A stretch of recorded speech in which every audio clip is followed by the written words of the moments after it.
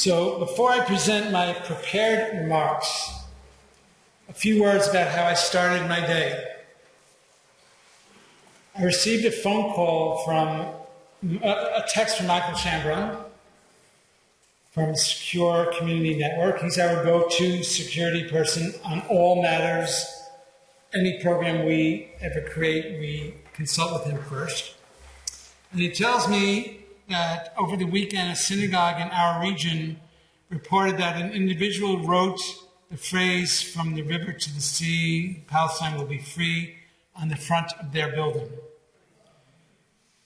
This weekend, the incident was recorded by a camera that was provided by grant money that this federation was instrumental in acquiring. So the plague of anti-Semitism is alive and well, even in our small, quiet corner of Connecticut. On a positive note, I want to recognize that we are bringing together here under JFED of Western Connecticut people from 17 different towns in Western Connecticut, which is really, I think, the mission. One of the important pieces of Federation is to be able to gather people from our region. A Hakarat Hatov, a shout out to the Makela of B'nai Israel Southbury and its director, Leona Schwartz, and to Jen Gregory, who also set the tone for this evening. And to Ben for playing the violin during the candle lighting ceremony later in the program. To our clergy who are with us, and please see the last page of the program for a full list of folks who made today possible.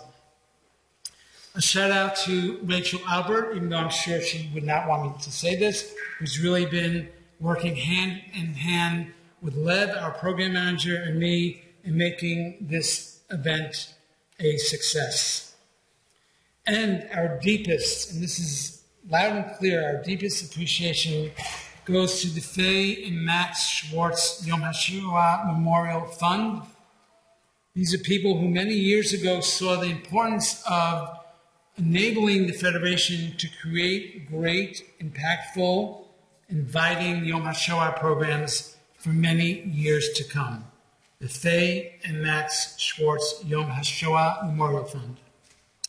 And thank you to each and every one of you for being here, because showing up matters. Together we gather as a Federation of Western Connecticut, not only to remember the Holocaust, but to take our place in the chain of memory of the Jewish people. We remember 6 million Jews who were murdered. We also remember something just as important. We remember the vibrant Jewish life that existed before. Families, communities, traditions, dreams, a vibrant Jewish world in Europe that was destroyed and yet not erased, because we are still here. We remember through music. We remember through prayer.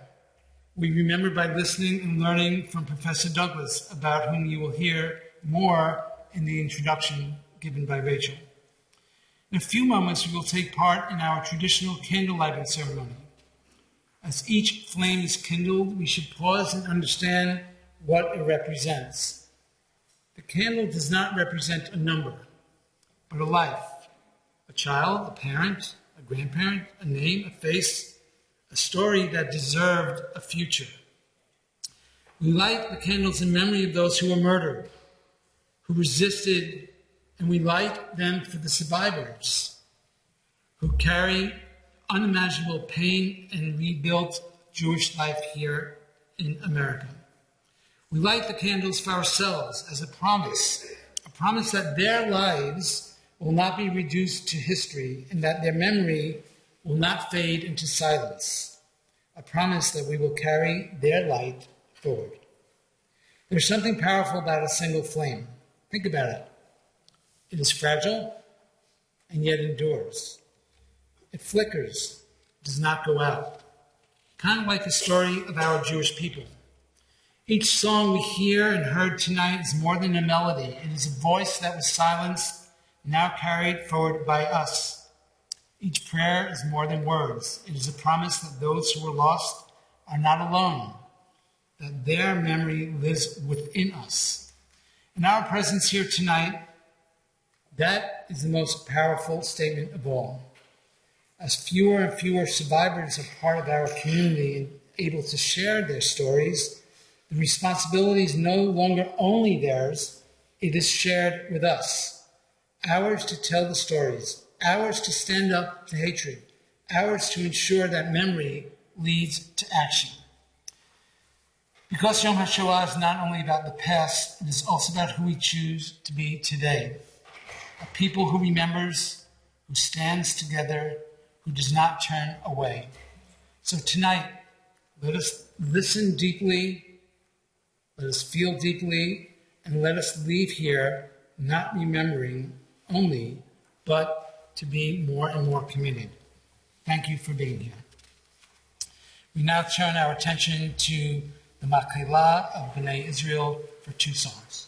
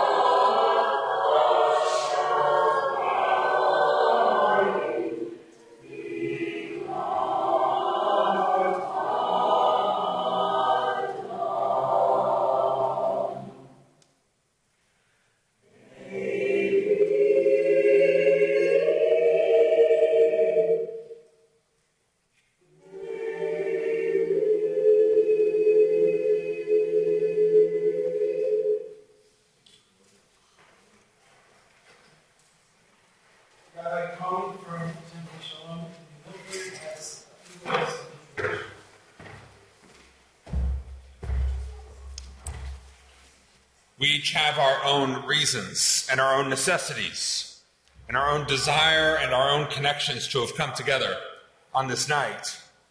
For me, Yom HaShoah v'Hagvura has largely been one of black and white, not in terms of moral clarity, but in terms of historic memory. These are and were events of a world not of this one, technologically, graphically, and in many ways, literally. But since October 7th, 2023, the realities are in color, and they are of real people younger than me, older than me, my same age. And that's just from Israel. Close to home, there are stories of students from grade schools, or the now notably titled Poisoned Ivies, or my alma mater, UCLA. They are of mayors and city councils, union leaders, news outlets who delegitimize Jews, hold Israel to double standards, and who demonize our story, our past, our realities.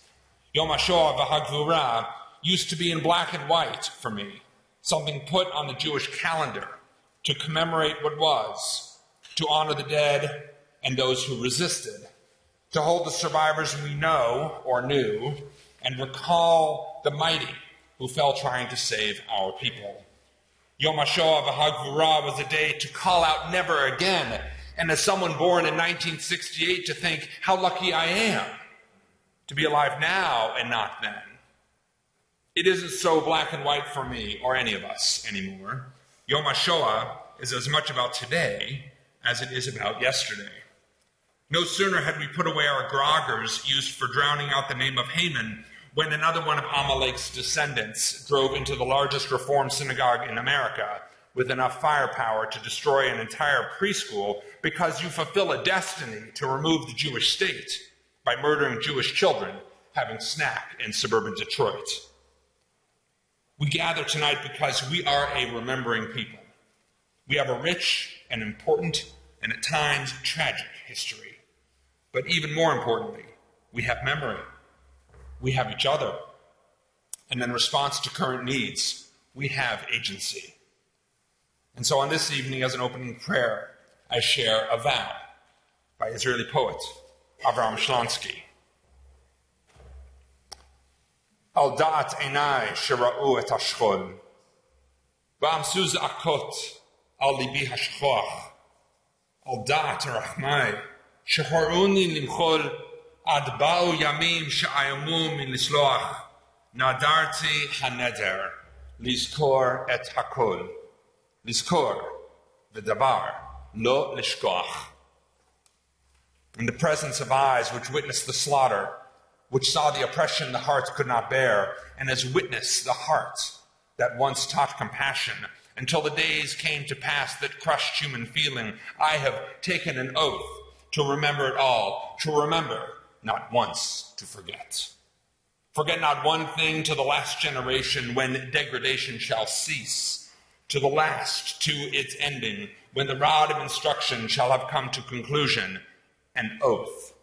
Not in vain passed over the night of terror. An oath, no morning shall see me at flesh pots again.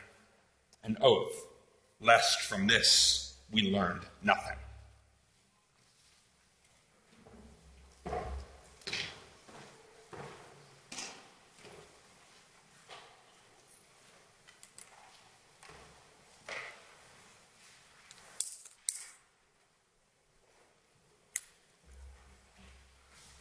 So we now begin a traditional part of the Federation's Yom HaShoah program, memorial candle lighting. You see the list, the order. Rachel Albert will kind of MC this part of our program. Mrs. Kazmir, I will come to you.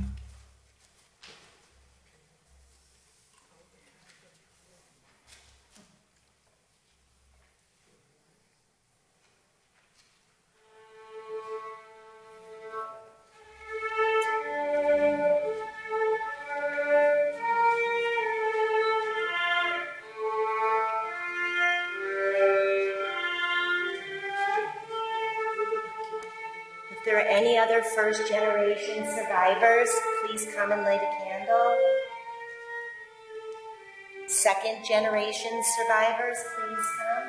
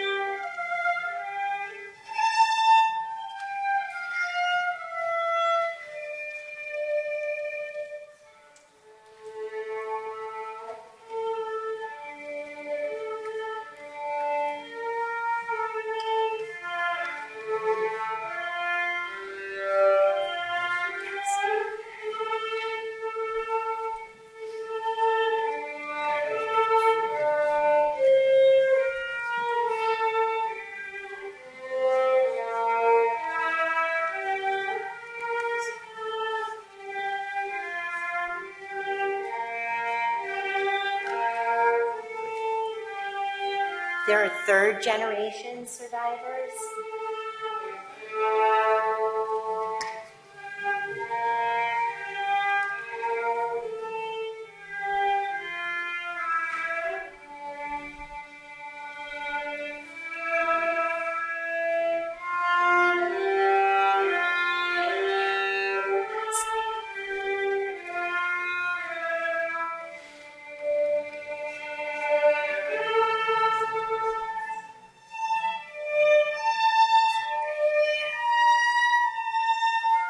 Fourth generation, or anyone that lost a family or friend who would like to light a candle, and anyone in the armed forces.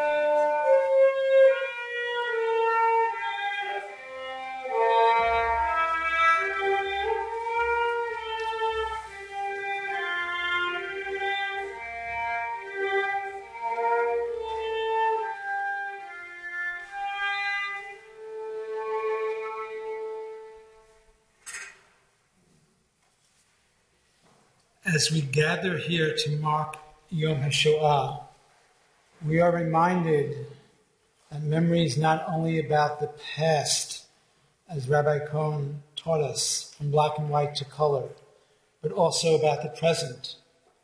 This year, our hearts still carry an added weight. We think of the victims of the October 7th attacks, innocent lives taken, families shattered, and a sense of security so deeply shaken to its core. Their stories, like those we honor today, must never be forgotten. In Jewish tradition, remembrance is a sacred act. We say zachor, remember, not only with our minds, but with our hearts and souls. I invite you now to rise and join me in a moment of silence for the victims of the October 7th massacre and the months and years after. May their memories be a blessing.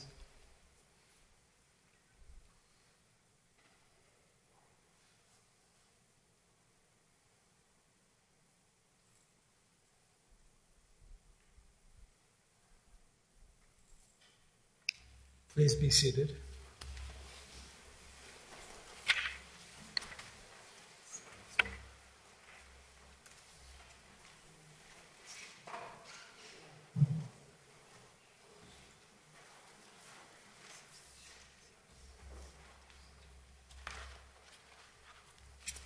Good evening. Tonight's speaker, Professor Lawrence Douglas, is an American legal scholar, author, and political commentator, best known for his work on law, justice, and the legacy of the Holocaust.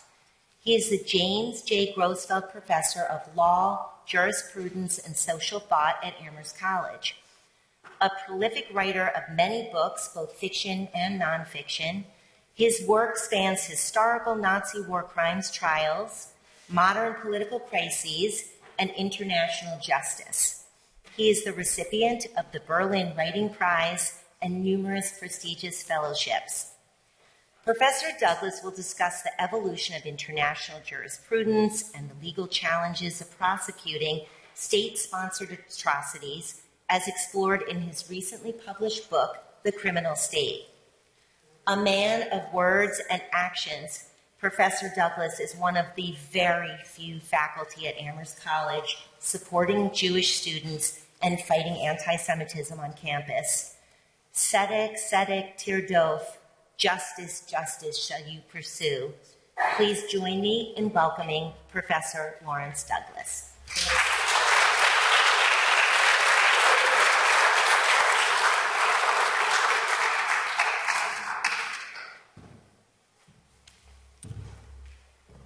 So, first of all, thank you for the lovely introduction. Thank you for the invitation to share this evening with you. I'm going to start our conversation, and I'll speak for about no more than 30 minutes, and I would love to entertain questions as soon as I'm done. I'm going to start with an image. This is from the magazine Der Spiegel, the German news weekly Der Spiegel. Some of you might be familiar with it. And this is from an edition that goes all the way back to March 8th, 1965. And at the time, what you see right there is its image of an interview that took place between the publisher of Der Spiegel, this guy named Rudolf Augstein, and a philosopher named Karl Jaspers.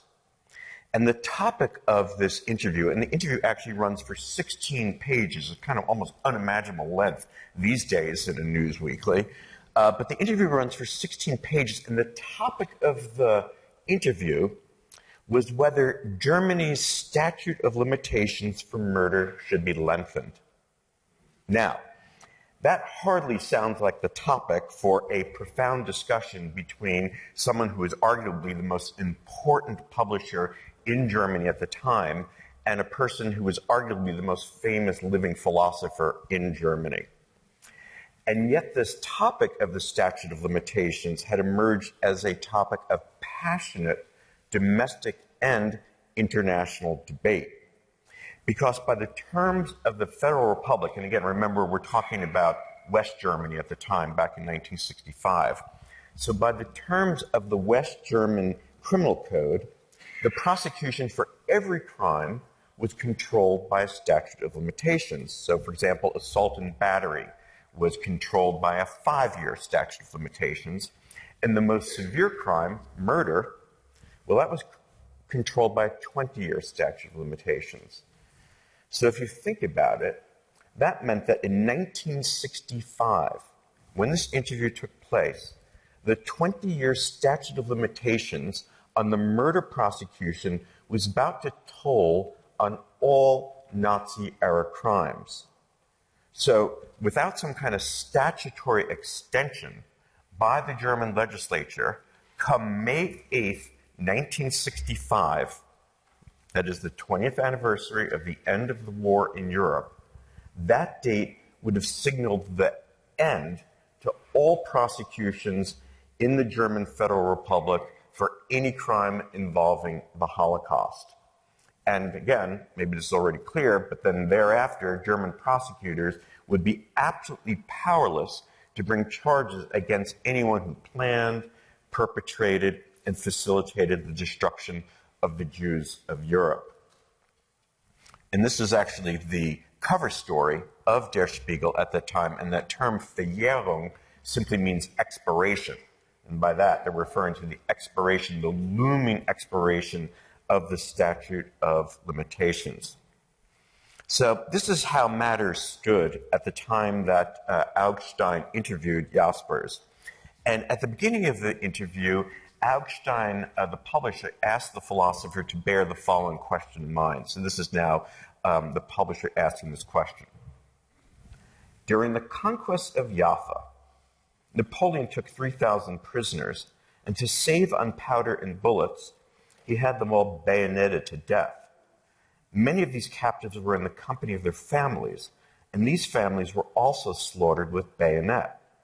Nevertheless, no one suggested that anyone besides Napoleon should be held responsible for this massacre. By contrast, today, in the case of Nazi crimes, we act as if it's typical and right to put on trial anyone who may have shot women and children under orders. Now, this question, the philosopher did not respond well to that question. And his response goes as follows. He says, don't we need to recognize an essential distinction? History, again, this is the philosopher speaking, Jaspers. History knows many such stories like the one about Napoleon.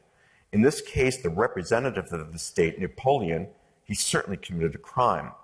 But the state in its essence and entirety was not criminal. The decisive point is to recognize that the Nazi state was a Verbrecherstaat, a criminal state, not a state that happened to commit crimes. And I just will repeat that last point. The Nazi state was a Verbrecherstaat, a criminal state, not a state that happened to commit crimes. And in my new book that Rachel mentioned, this book right here, I really spent a lot of time asking, what does it mean to call a state a criminal state? Because from a kind of traditional political and legal perspective, the term Verbrecherstaat, or criminal state, it's almost oxymoronic. Now, I don't know how many of you might have, and during your college days, read Thomas Hobbes' classic treatment of the state, Leviathan. But if you remember all the way back to this kind of early influential work of political theory, Hobbes argued that the state was basically the foundation of all security, order, and law.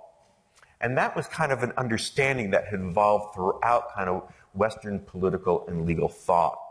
And the idea that the very guarantor of order and law could suddenly become criminal, that was something that was really kind of almost unintelligible to political thinkers and jurists, particularly in Germany. Germany was, had the reputation of the land of Dichter und Denker, of poets and philosophers. And this idea that this kind of paradigmatically civilized state could now turn into the very perpetrator of crimes, the very agent of criminality, well, that was a very difficult thing for a lot of political and legal thinkers to metabolize. And I think that is something that Jaspers was really trying to point out, that it wasn't simply a leader. I mean, we're all familiar with the idea that a head of state can behave in, hypothetically speaking, in an impulsive and perhaps even criminal fashion. But that does not mean that the entire bureaucratic apparatus, the entire military, the entire administration of justice has basically turned into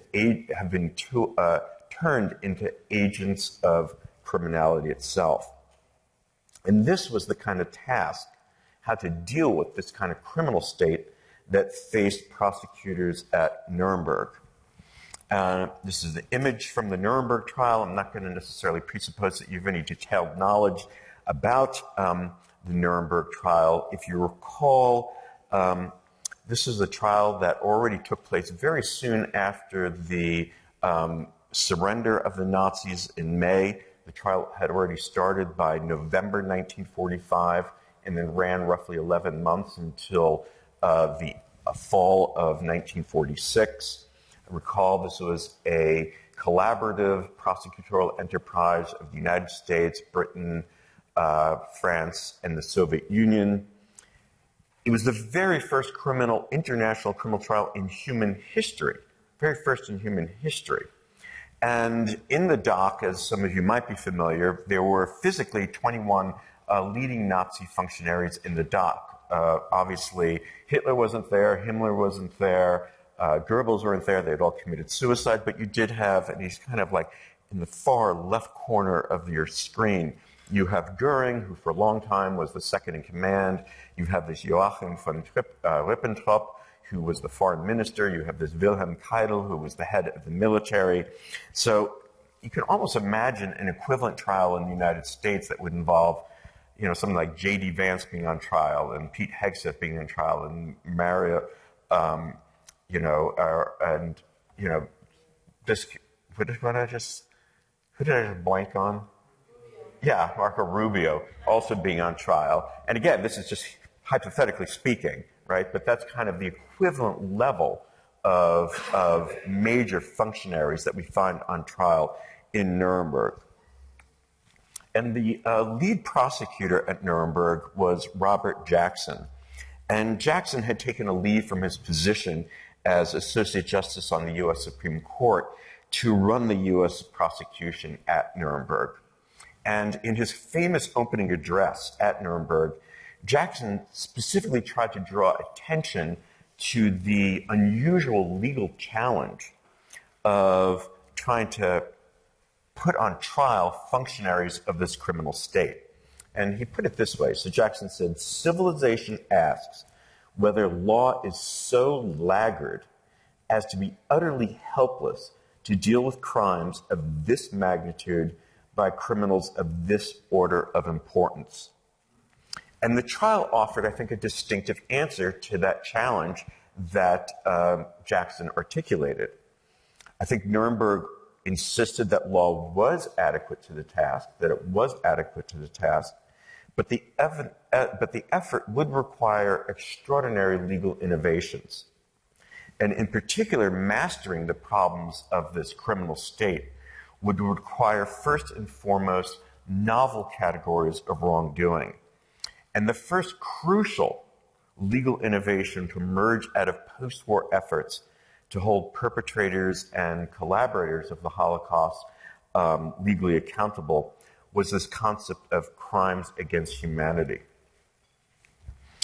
And this is just, I'm not going to ask you to read through this thing. This is just the charter of the International Military Tribunal at Nuremberg. This is the Nuremberg Charter, and it just sets forth the three substantive crimes that the defendants were charged with.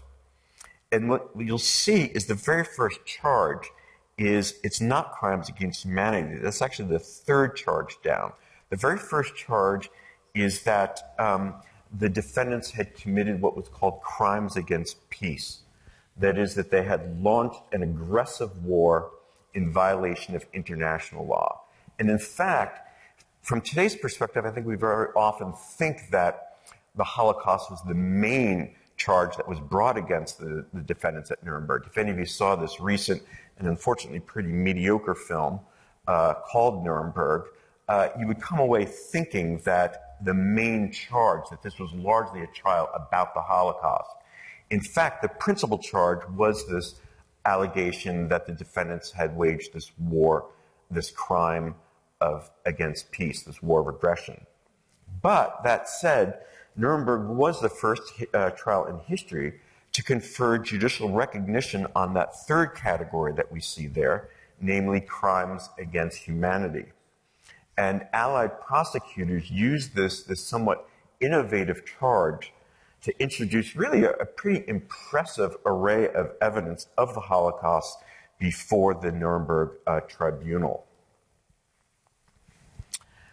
The second great legal innovation to deal with the Nazi criminal state was the concept of genocide. And this was a term, I'm not sure if you're familiar with this, but genocide is a term of a relatively recent origin.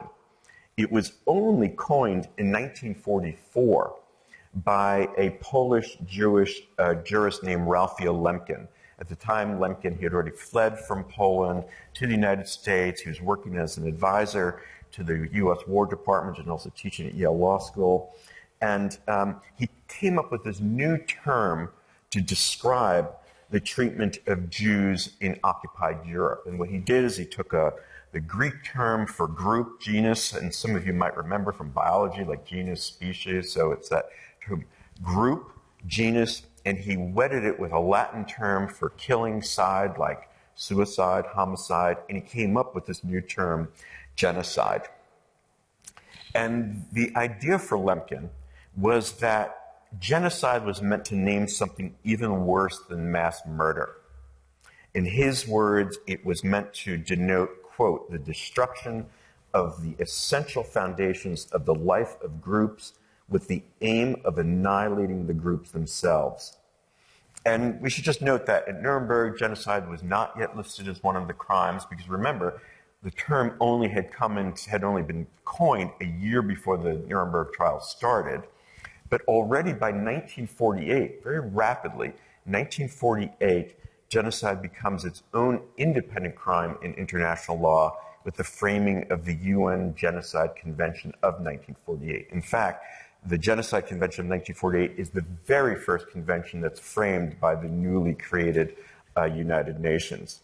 And just to give you a kind of quick thumbnail sketch about the difference between crimes against humanity and genocide on the other as a legal matter, I don't want to traumatize you all by asking you to think back to the times of taking math, but if you remember Venn diagrams, you know, if you drew a big circle, you could call that big circle crimes against humanity, and inside that would be kind of a smaller core, and that would be genocide. So another way to put it is that every act of genocide is also a crime against humanity, but not all crimes against humanity also qualify as acts of genocide.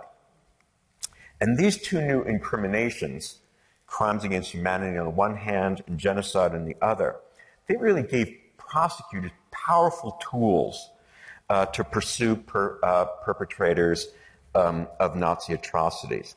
But the one nation in which these legal innovations proved less than useful was Germany itself. And Germany, I don't know how many of you had, visited and made visits to Berlin, but I think if you've spent any time in contemporary Germany, you'll know that they've done a pretty good job in this project that they call Vergangenheitsbewältigung, which just means confronting the past. If you go to Berlin, I remember a number of years ago, I was there with our son, our son was somewhat younger at the time, and we're walking around Berlin, and I said, "Oh, what's that across the street?" And he said, "Dad, it's just another monument to atrocity." And really, they've done really a pretty good job about confronting the past. But when it came to bringing Nazi perpetrators and collaborators to justice, there Germany amassed a pretty lamentable record. And again, we're talking largely about West Germany, which of course becomes just Germany after 1990. But West Germany regained its sovereignty in 1950.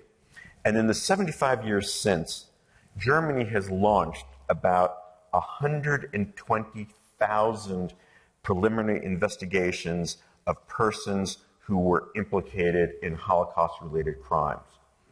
That sounds pretty impressive, 120,000 preliminary investigations. Well, how many of those went to trial? About 5,000 cases went to trial, so we're already talking about a real winnowing effect. And of those 5,000 cases, they resulted only in 600 convictions. That's 600 convictions over a 70-year period, and most of those convictions carried lamentably short sentences. So what were the problems that German prosecutors faced? Well, largely, I have to say they were self-created. So I already mentioned that crimes against humanity on the one hand and genocide on the other, that these were first recognized as crimes after the war. That is, crimes against humanity was first recognized at Nuremberg, genocide first recognized as a crime with the Genocide Convention at the UN.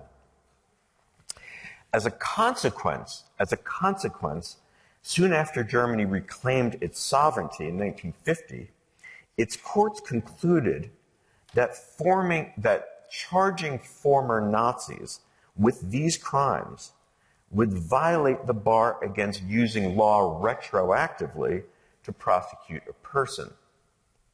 Now, that's familiar to, I think, Americans, this whole notion of the Constitution's bar against ex post facto law.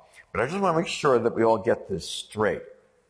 German courts concluded that trying former Nazis for crimes against humanity and or genocide would represent an unconstitutional application of ex post facto law. Everyone rowing in the same boat on that? Yeah? And this was obviously a very controversial conclusion. No other European state shared the conclusion of the German courts. And as a practical matter, what this meant is the very devices that had been designed to facilitate the prosecution of Nazi exterminators were, for German prosecutors, they were just off the table. They couldn't use these tools. So this raised a really difficult problem. Well, what tool could be brought against say a former SS officer who had participated in the Holocaust and was now living a pretty unruffled life in Germany. What could they be charged with? Again, I just want to make sure we're all rowing in the same boat on this, because given the posture of post-war German legal system, they had to argue that only a criminal statute that was already in place during the Third Reich could avoid a challenge alleging retroactive application. Again, I'll just repeat that. To avoid the ex post facto problem, post-war German prosecutors could only charge German former Nazis with breaking laws that were already on the books during the Third Reich. Is everyone kind of with that? Yeah? So what that meant is, well, what was the best candidate? Well, the best candidate was the murder statute, because was ordinary murder still a crime even during the Third Reich? Yeah, I mean, a convenience store killing during the Third Reich would still be considered murder. Well, the only problem with relying on this old murder statute meant that German prosecutors would have to argue that everyone who participated in the Holocaust, from Hitler and Himmler down to, let's say, lowly SS guards, that all these folks had basically committed murder under the statute that was in place during the Third Reich. But this wasn't really all that clear. And why wasn't it clear? Well, if you read a lot about the treatment of law in the Third Reich, you'll know that Hitler was understood as the very source of law. So it raised this very difficult question, which was, how could the source of law, how could the very foundation and ultimate interpreter of law also have been its most extreme violator? So it really created this conundrum. So theoretically speaking, post-war German courts could have concluded that the extermination of the Jews of Europe hadn't violated any law in place at the time. Now, to reach that conclusion, however, to use the technical legal term for that conclusion is crazy. That would have been a crazy result. Again, it would have meant that no one who had participated in what many of us would say is the most extreme crime in human history could be prosecuted. And that conclusion really was unthinkable for German politicians and jurists. It would completely tarnish the ability for Germany to try to rehabilitate its image, as on a kind of post-war world. But optics notwithstanding, we still have to ask, did Nazi atrocities constitute murder under the law that had been operative during the Third Reich? Or to put another way, had the mass extermination of Europe's Jews been lawful? Now, one thing we can say for sure is that German law certainly facilitated the Holocaust. Because if you're going to exterminate a whole group of people, you need to first have a definition of who's in the group and who's out of the group. And that definition was supplied by the Nuremberg laws of 1935, which again, probably many of you are familiar with. This is just a diagram of the Nuremberg laws. And according to the Nuremberg laws, a Jew was anyone who was descended from 3 racially full Jews. That was the definition. 3 or more, you're a full Jew. If you have 2 or fewer Jewish grandparents, you are characterized as a Mischling, which is a very lovely German word basically for like a mixed breed, or a mutt kind of. 2 things, though, we should observe about these Nuremberg laws. First of all, in order to figure out who qualified as a Jew, where did Nazi jurists look for instruction? I don't know if anyone wants to take a guess about that. Do you want to take a guess? They looked to American South. They looked to the Jim Crow laws and how Americans had defined blackness. And ironically, they found that some of these Southern laws were too radical for the Nazi jurists. That is, for example, in Louisiana treated a so-called octoroon, a person who was 1/8 black, as legally black. But Nazi jurists were not going to be that strict in defining what made someone Jewish. The second thing I think we should observe about the Nuremberg laws is that, again, they were framed in 1935. This was well before Nazi policy turned genocidal. So at most we can say that the Nuremberg laws ended up aiding and facilitating the Holocaust, but they weren't drafted for that purpose. So this goes back to the question that I just raised a couple of minutes ago, which was, well, had the mass killing of Jews been lawful during the Third Reich? And to answer that question, I want to have us look at a rather unusual source. And I want to have us look at the way SS courts handled that very question. And you might be surprised to learn that the SS, remember the SS was this very large, almost state within a state of Nazi Germany with Himmler at its head. The SS did have a pretty elaborate court system. And the punishment of SS men could be really quite severe. For example, an SS court convicted the former commandant of Buchenwald of corruption, and as a result, he was actually executed, this former commandant of Buchenwald. And the person you see in this picture is, his name is Konrad Morgan, rather doughy-faced SS judge, and he was the one who actually prosecuted the Buchenwald commandant. And Morgan actually considered himself a principled jurist and a scrupulous upholder of SS law. At the same time, Morgan seemed utterly oblivious to the insanity of fastidiously upholding legal standards in a completely perverted ethical universe. So, how did someone like a Morgan apply the then operative German law of murder? Well, he recognized three forms of acceptable or lawful killing. The first one was any kind of euthanasia killing. And some of you might be aware that during the Third Reich, about 250 to 300,000 people with physical and mental disabilities were euthanized, basically murdered. The second exempted category was ordered executions at concentration camps. Basically anything could satisfy that as long as it was just ordered at a concentration camp. And the third was the officially decreed extermination of Jews. So just so we're all clear about this, so according to the lights of SS law and SS courts, if the killing of a Jewish person fell into any one of these three categories, not only was it not considered murder, it was considered lawful. So, for example, herding Jews into a gas chamber or shooting Jews in mass graves, was that legal conduct? And the answer was absolutely, as long as it was done as part of a campaign of systematic extermination. But what if the killing of a Jew didn't fall into one of these three categories? Well, what was that considered? And the guy in this picture here was an SS lieutenant named Max Teubner.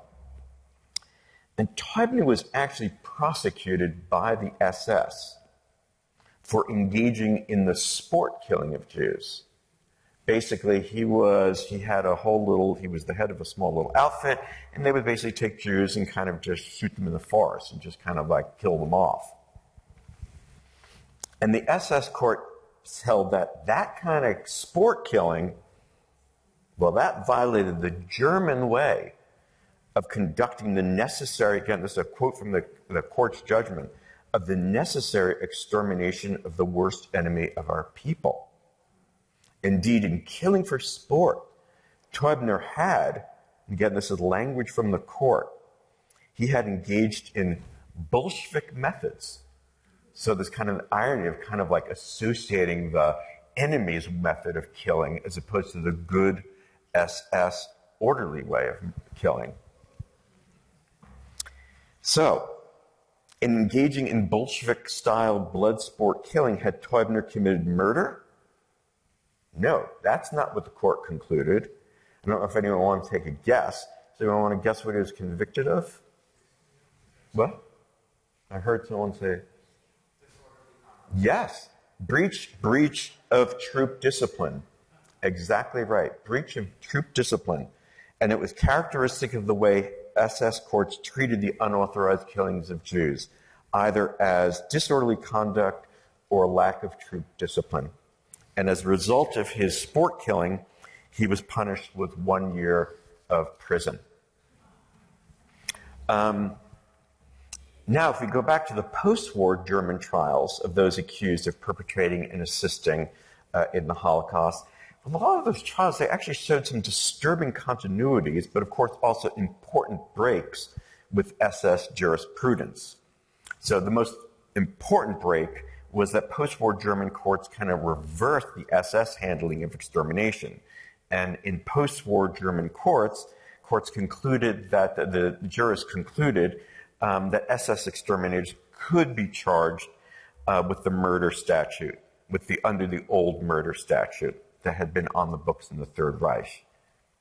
But they could bring those charges only under certain circumstances. And indeed, I think it's fair to say that the need to pigeonhole acts of state-sponsored extermination into an old murder statute, it created huge complications for post-war prosecutors. For one thing, as we saw from the very beginning, that murder statute was controlled by a 20-year statute of limitations.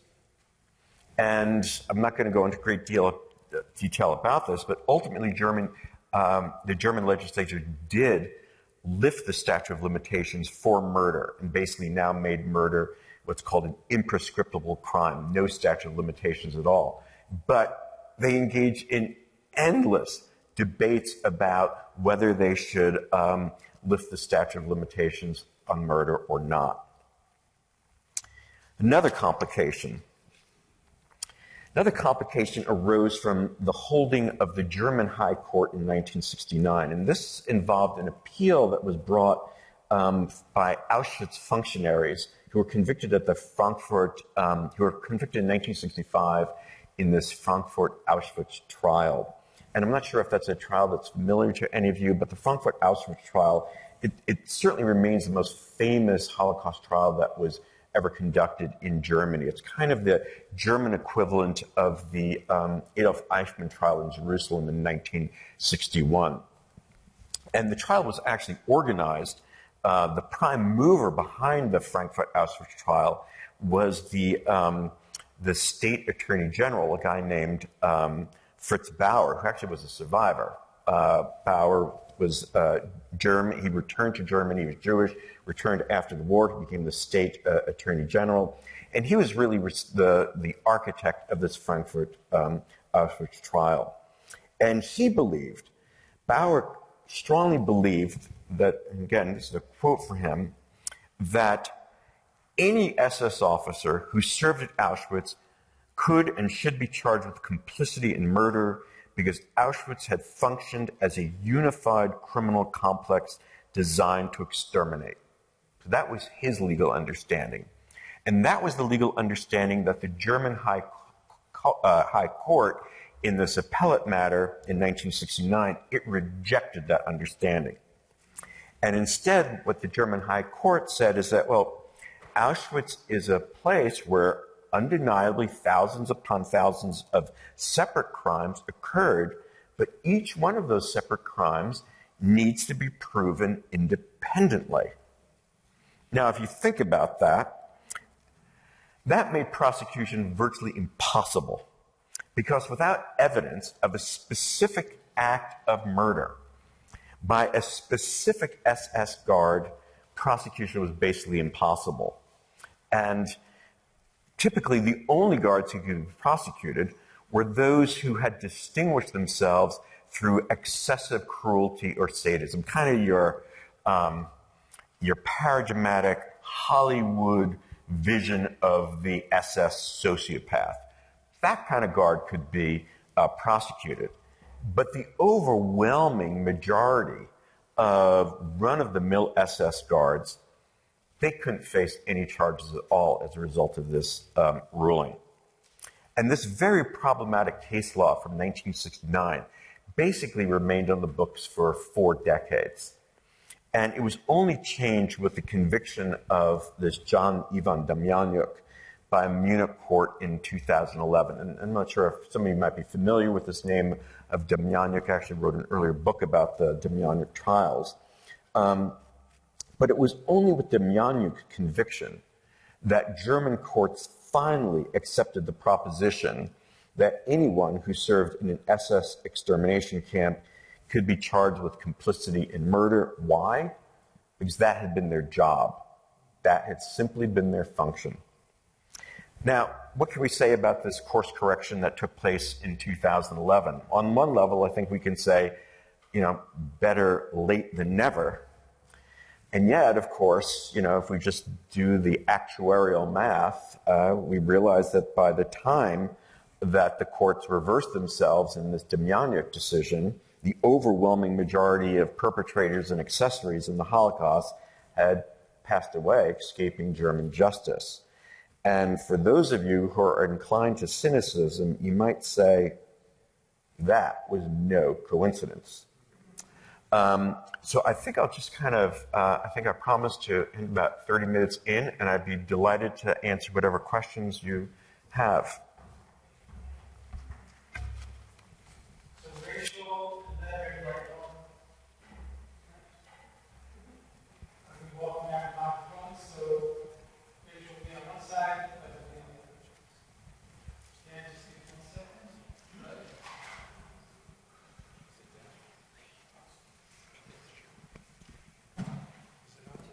Hello, hello. Hello? Thanks very, very much.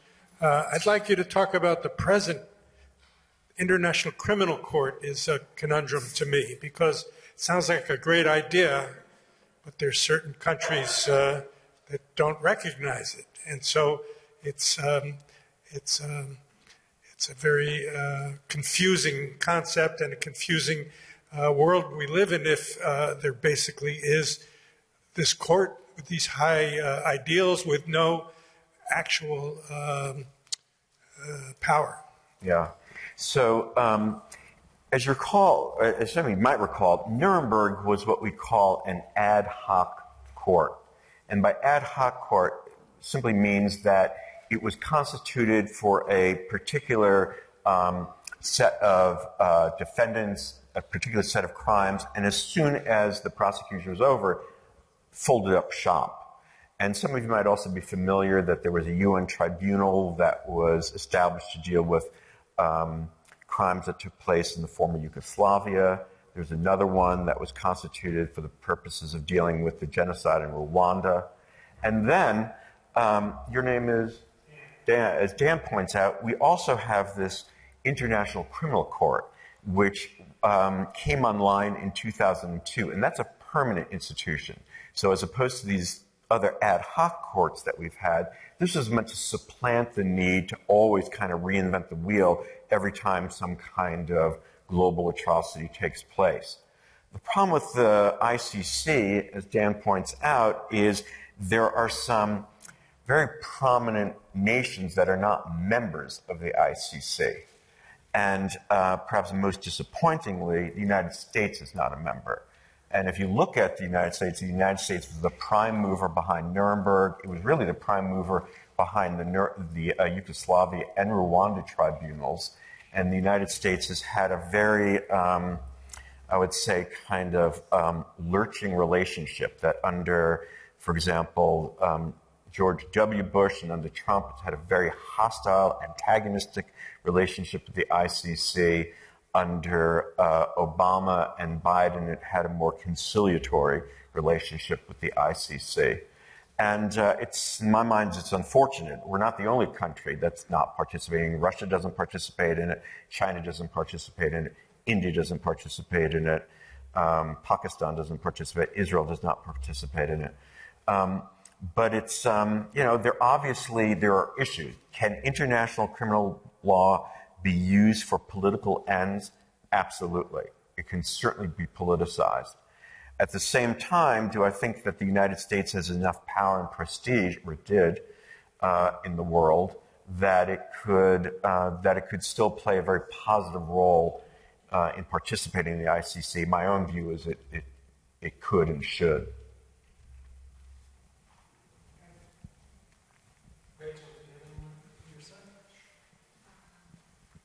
I see a couple of people over here. Yeah.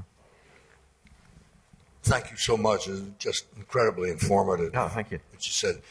My name is Tony Call. I hesitate to ask you, but is there something to be learned by an analogy with what is happening with the lawmakers in the Congress of the United States and what that implies about the nature of the Nazi machine and the Soviet machine and every other machine in the history of the world?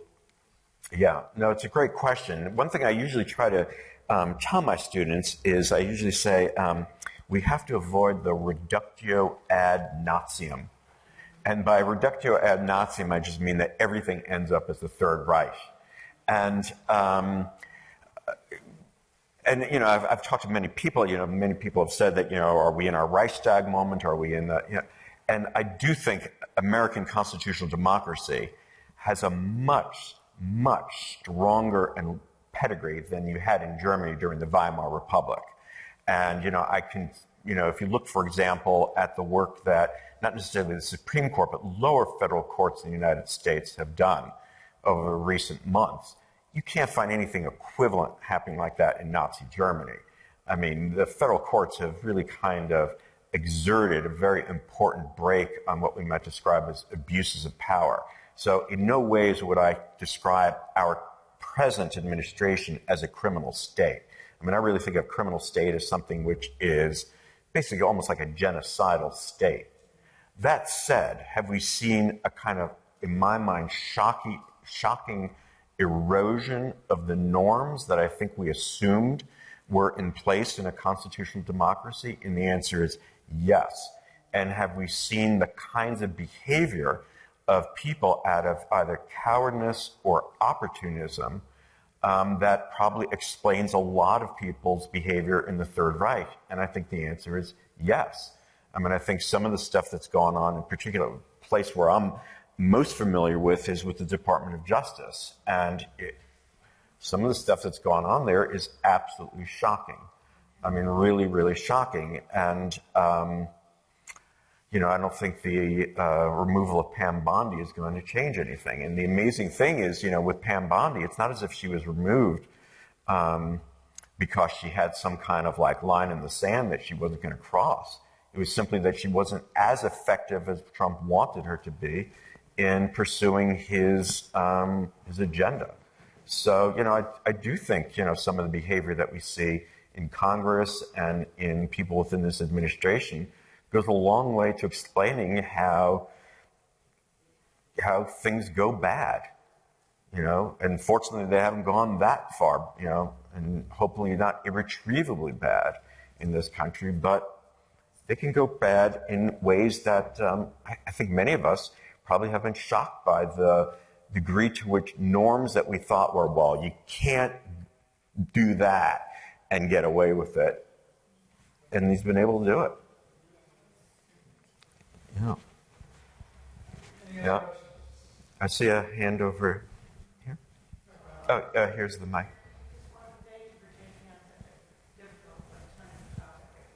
Oh, yeah. I used to read a lot about Elie Wiesel, and I'm wondering if you could talk about the percentage of the SS guards and the people that were up for crimes. What is the percentage, and did they get most of them? And if you could talk to that. Yeah. And did they, in fact, extend the? I know you talked about the statute of limitations. But they did extend that. Yeah. Till infinitely, or? Yes, in fact, so to answer both, they're kind of two separate questions. One was, like what percentage of, let's say in Germany, of people who had participated, facilitated in the Holocaust, the number of people, the estimates, again, these are very rough estimates, but people estimate that in terms of, we're talking about from perpetrators down to, people who are aiding and abetting, people who could be like picking up phones and making sure that trains are leaving at a certain time. But that number of people who were implicated in the crimes of the Holocaust, probably about 250,000. So about, say, around 250,000 people. It's a lot. It's a lot of people. So again, if you think about the number of convictions that were handed down by German courts, that number was 600. I'm sorry, 600, around 60 per year or something. So it's just a tiny fraction. And even something like, Nuremberg, Nuremberg you have, 21 people basically being, actually of the 21, there were 3 people who were acquitted. So you only have, 18 people who were basically convicted. 11 people were sentenced to death, and 7 had prison sentences. And so, yeah, you're talking about a minuscule fraction of people who participated ended up ever seeing a courtroom. In fact, I think in this book here, The Criminal State, I have a sentence where I said, if you were a perpetrator or accessory in the Holocaust in Germany, in the post-war period, you were more likely to see the inside of the courtroom as an officer of the state than as a defendant. And I think that's a fair thing to say. The other thing you asked was about the statute of limitations, which I said was ultimately lifted. Actually, it was lifted, I'm not going to go into too much detail about it, it's in here, but it was done in this crazy stopgap fashion. So that, well, maybe I will go into detail about it. You want to hear about the statute of limitations? So 65 rolls around, they're kind of like, we have to do something by May 8th. So shortly before, they say, we're going to lift it until the end of 1969. Why to the end of 1969? Well, they reasoned, for 5 years we were basically occupied, and during that occupation period, we didn't really have an autonomous court system, so we couldn't bring charges during that period. So that was almost like a null period. So we can, we can lop off that 5 years. That gives us another 5 years under the 20-year statute of limitations. Come the end of 1969, now biting again. What are we going to do? Well, let's just extend it for another 10 years. No debate this time. They just do it. Come 1979, at the end of 1979, they say, we're sick of this. Let's just lift the statute of limitations. As a result of that, again, some of you might be aware of it, there have been, after Demjanjuk, some other trials. Probably one of the weirdest ones was this conviction just a couple of years ago of this woman named Irmgard Fürchner.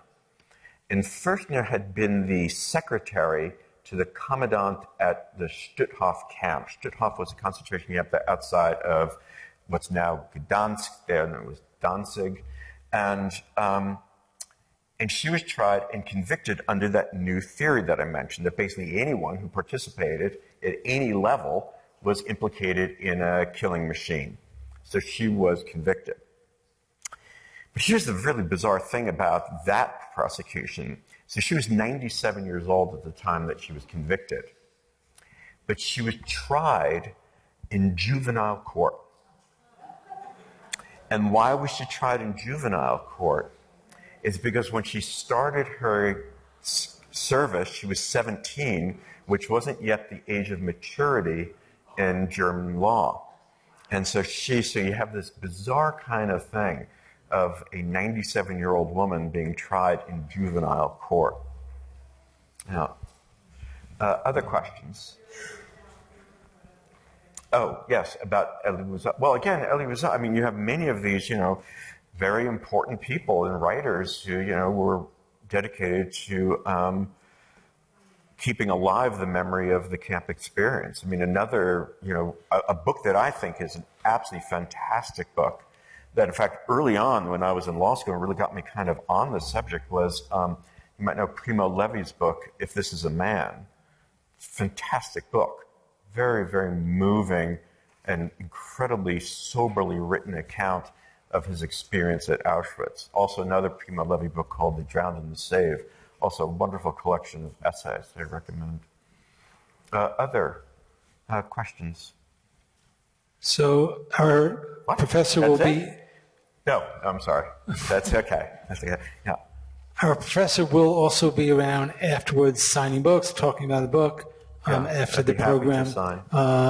is over. I have one question for you, though. Yes. What made you write this book? Like, what was the impetus to spend probably years researching to create this book? Well, as kind of Rachel mentioned, I've written an earlier book that had dealt somewhat about Nuremberg and the Eichmann trial. I'd also written about trials involving Holocaust deniers. I had written an entire book about the Demjanjuk, about the legal odyssey of this John Demjanjuk, who some of you familiar with this name, Demjanjuk? I mean, he was the guy he was a Ukrainian who fled to the United States, had U.S. citizenship. He was working for Ford. It came out that he was identified as a death camp guard at Treblinka. He was sent to Israel to be tried. He was convicted. Conviction was overturned on appeal. Turned out that he wasn't Ivan the Terrible of Treblinka, but he ended up being kind of Ivan the Not So Hot of Sobibor, which was another killing center. So this incredibly long legal odyssey. So I've been writing about this kind of stuff for a pretty long time. Rachel mentioned that I was in Berlin, actually, when I started writing this. And I started writing it. One of the things I deal with also is a state aggression. Remember, that was the main charge brought against the Nuremberg defendants. And I started writing it in Berlin because I just happened to be there at the time of the Russian invasion of Ukraine. And so I was very interested in kind of connecting these dots with state atrocity and state aggression. And that's a lot of what the book tries to do. Thank you. Thank you very much. Yeah. And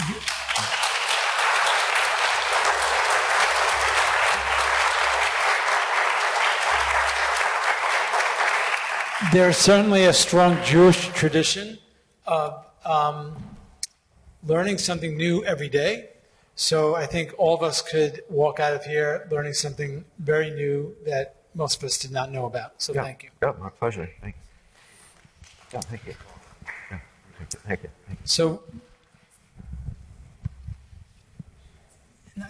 So, Rabbi Nebel's on the program. Rabbi Nebel called me earlier today that she was not feeling well. So we have a really wonderful pinch hitter in Rabbi Polikoff, who will lead us in the El Malei Rachamim and then in Mourner's Kaddish.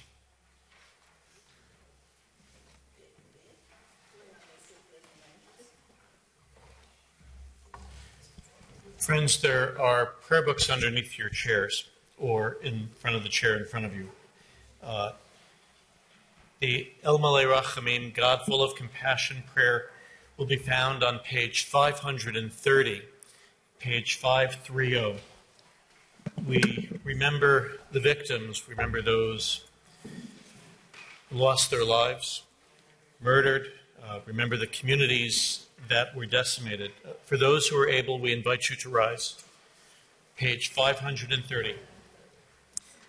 El Malei Rachamim, Shochen Baromim, Hamsed Menuchad Nochana Tachat, Kanfei Hashchina, V'malagot Kodashim Utoharim, Kazohar Ekia Mazirim, Et Nishmot 6 million Achenu V'Achiotenu, Shehet Nehargu Al Kiddush Hashem, Bal Harachamim Yasirim B'Tzedek Nefav L'Olamim, V'Yitzor B'Tzor Chaim Et Nishmatam, Adonai Hu Nachalatam, V'Yanuchu B'Shalom Amishkavam, V'Nomar Amen.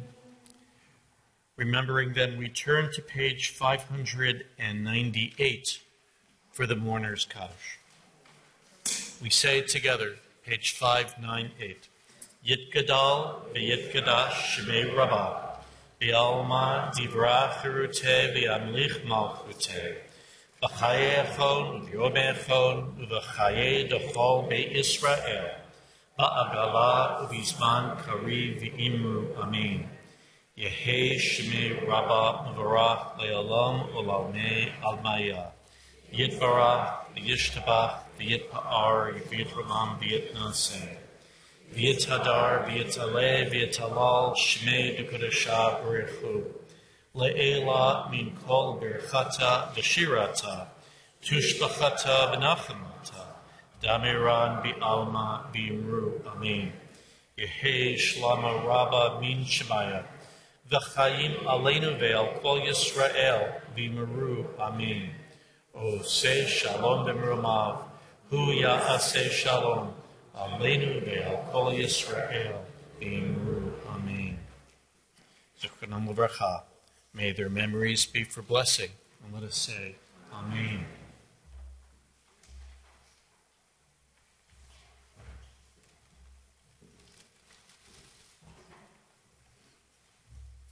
Please be seated before we come to Hatikva. I want to give our professor, our teacher, a small token of appreciation from this federation. For you to have good memories of tonight, we're giving you a tzedakah box from the Federation, and we hope you use it well and contribute to Federation. Thank you very much.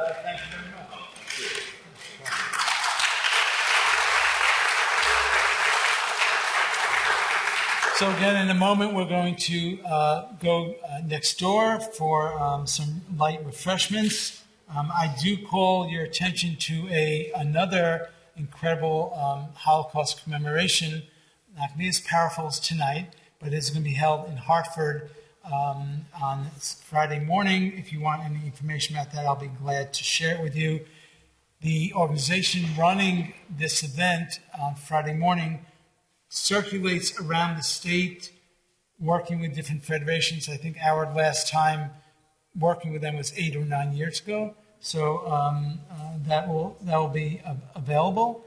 And I ask you to now rise for Hatikva, which will be led by Linda Goodman. And one last thank you. Ben played violin while the candle lighting ceremony was being done. So Yashar Koach, and thank you for that.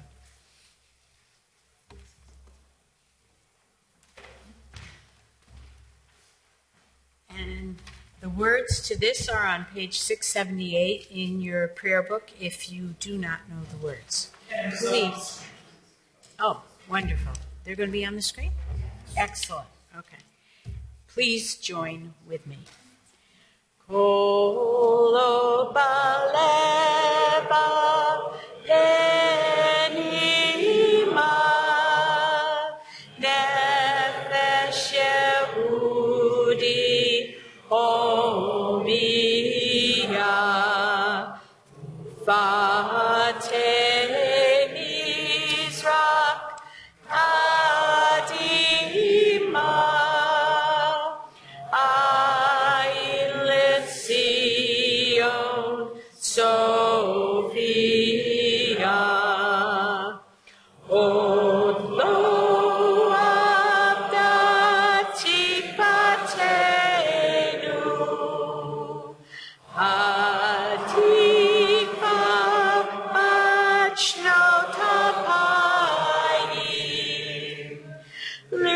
Libyotan koshi be'arsenu Eretz Zion Yerushalayim Liyotam choshi be'arsenu Eretz Zion Yerushalayim